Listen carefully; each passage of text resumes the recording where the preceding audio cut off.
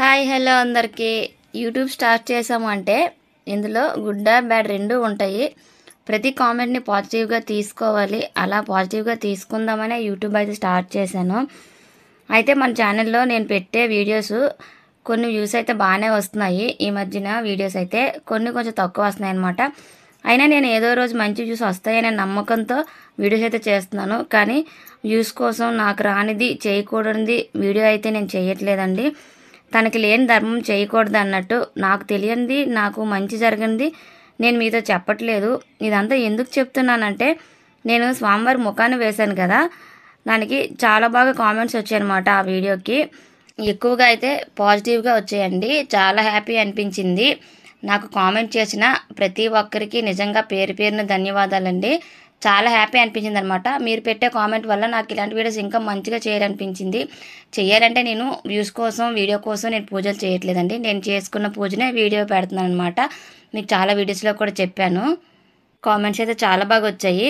అయితే ఎవరో ఒకరు ఉంటారుగా దాన్ని ఏదో నెగిటివ్గా చూసేవాళ్ళు. నేను వ్యూస్ కోసం వేశానని, నాకు సపోర్ట్ చేస్తే పాపం అని ఏదో కామెంట్స్ వచ్చాయన్నమాట.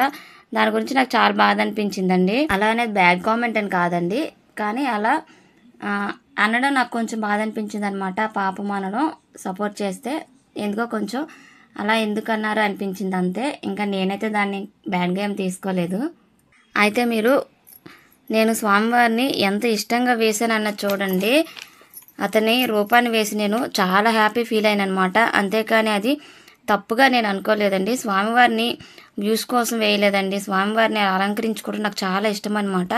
ఎందుకంటే స్వామివారు అలంకరణ ప్రియులు.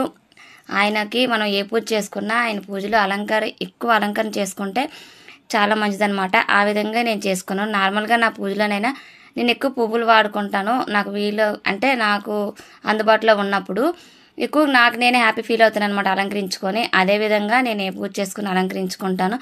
అంతేకాని ఇంకా దీన్ని వేరే విధంగా అయితే నేను అనుకోలేదండి. ఇది నాలా మీలో ఎవరికైనా నచ్చుతుందేమో అన్న ఉద్దేశంతో పెట్టాను.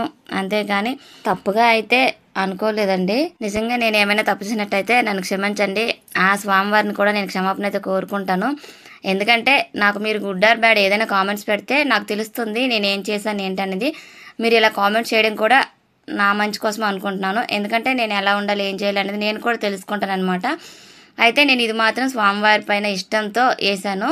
ఎందుకంటే నాకు ఏదో ఒకలాగా అలంకరణ చేసుకోవడం ఇష్టం అనమాట. అలా ఆయన ఫేస్ని అలంకరణ చేసుకోవాలనిపించింది, అలా వేసుకున్నాను. అంతేగాని వేరే ఉద్దేశం అయితే కాదు. స్వామివారి నైవేద్యాలు వేరేగా తీసి మిగిలిన వాటితోనే అలంకరణ అయితే చేసుకున్నాను.